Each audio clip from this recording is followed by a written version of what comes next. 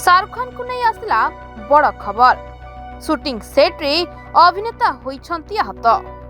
ते बॉलीवुड सुपरस्टार शाहरुख खान वर्तमान तांको आगामी फिल्म किंग रो शूटिंग रे व्यस्त अछंती। तांको झियो सुहाना खान एही फिल्म पई प्रस्तुति करूछंती। ते पिता शाहरुख मध्य तांको झियो को नहीं बेस सतर्क अछंती एवं से कोनोसी प्रकार भूल देखिबा को चाहती नहीं। किंतु वर्तमान समय शाहरुख खान को नहीं एक बड़ खबर आसी। अभिनेता एक दुर्घटनार शिकार होइतिबा कुहा जाउछि।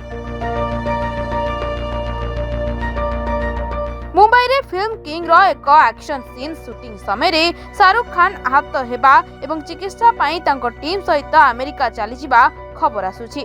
तबे खबर सोशल मीडिया रे प्रचार प्रसार हेबा लागिछि, जहा खूब शीघ्र भाइराल भी होइछि। किंतु एहा गुजब बोली जणा पड़िछि।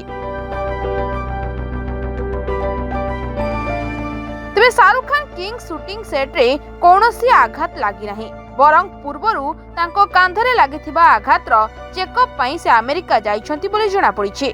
वर्तमान तांको स्वास्थ्य अवस्था को नै चर्चा हेउथिबा खबर कोनोसी सत्यता नथिबा जणा पड़िछि।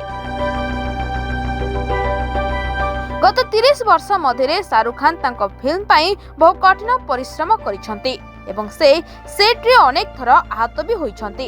एबे 60 वर्ष बयस रे मध्य अभिनेता प्रशंसकों मनोरंजन पई समस्त प्रकार प्रयास करंती। ते प्रशंसक माने शाहरुख आगामी फिल्म किंग को नहीं बहु उत्साहित अछंती। किंतु एहारी भितरे ही गुजब फैंस को चिंता बढ़ाई देइथिला। जदि तांको किंग फिल्म संपर्क रे कुहा जाय तेबे से एथिरे मुख्य भूमिका रे नजर आसीबा को जाउछंती।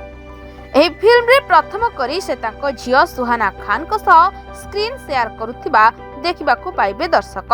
एही फिल्म रे संपूर्ण एक्शन थ्रिलर रे भरी रहिछि। ब्यूरो रिपोर्ट, सरकार न्यूज।